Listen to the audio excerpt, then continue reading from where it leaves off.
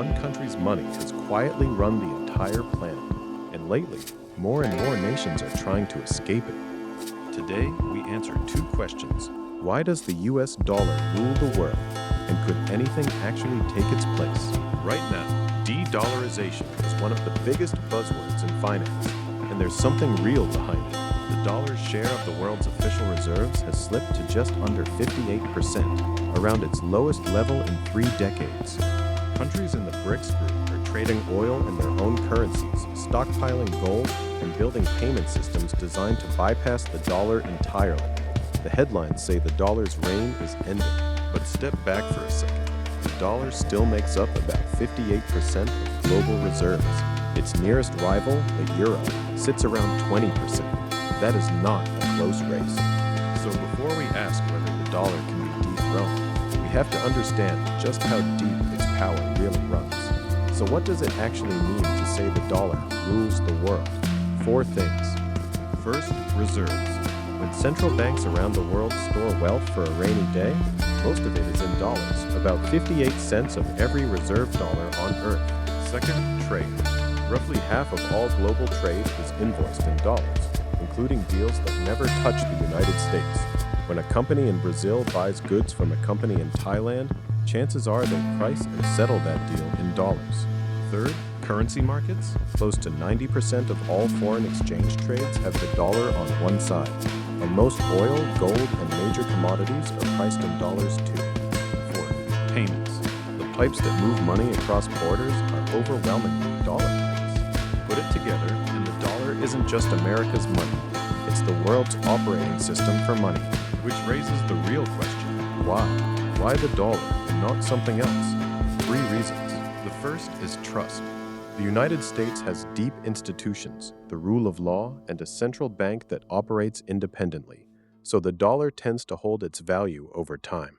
And here's the strange part. When the world gets frightening, a war, a crash, a crisis, money doesn't run away from the dollar. It runs toward it. The dollar is the thing people flee to when they are scared.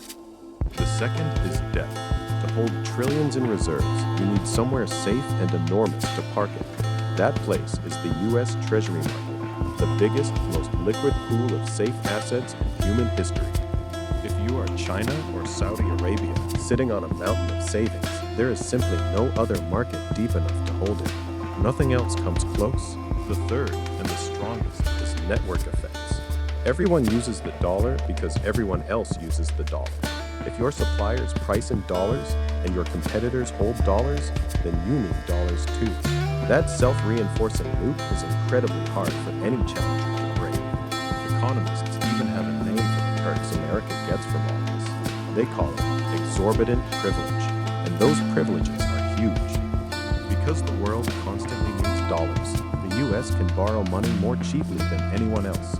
It can run enormous deficits that would sink a normal country, and it gains a weapon no other nation has: the ability to cut an enemy off from the dollar system entirely. But there is a catch buried in all this power. To supply the whole world with dollars, the United States has to send more dollars out than it takes in, which means running persistent trade deficits year after year. Economists call this tension the Triffin dilemma. The very thing that makes the dollar dominant also guarantees that America keeps buying more from the world than it sells. And then there's that weapon, which turns out to be double-edged. In 2022, after Russia invaded Ukraine, the US and its allies froze around $300 billion of Russia's reserves and cut its banks out of the global system. It was a stunning display of financial power, but it also sent a chill through every capital on Earth. Because the message was simple: your dollars can be switched off. That single fear is the real engine of de-dollarization. It is why China built its own payment network called CIPS, now with nearly 200 direct members. It is why the BRICS nations keep talking about trading in local currencies. And it is why central banks have been buying gold at a record pace. They are not doing it because they love the alternatives. They are doing it because they have seen the off switch, and they want a backup. So if the fear is real and the trend is real, why hasn't it actually worked? Why is the dollar still king? Because every challenger has a fatal flaw. The euro is fragmented.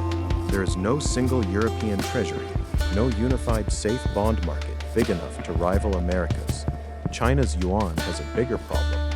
China tightly controls money flowing in and out of its borders, and nobody wants to hold a currency they might not be able to freely move. Trust and control do not mix.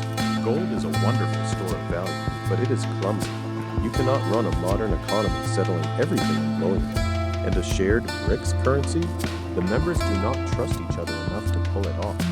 Think of the dollar like a global language. Even if a better language were invented tomorrow, getting 8 billion people to switch at once is almost impossible. The dollar's greatest defense isn't that it's perfect, it's that everyone already speaks it. So here's the honest picture. What could actually dethrone the dollar isn't a stronger rival. It is the United States losing trust in itself through runaway debt, political chaos, or by wielding its financial weapons so aggressively that the world finally decides the risk of using dollars is greater than the convenience. Dominance like this usually fades the way bankruptcy happens, slowly, then all at once. And why should you care? Because dollar dominance quietly touches your life. It keeps American borrowing cheap, which affects everything from mortgage rates to how much the government pays on its debt. It keeps imported goods a little cheaper, and it hands the U.S. enormous leverage over the rest of the world.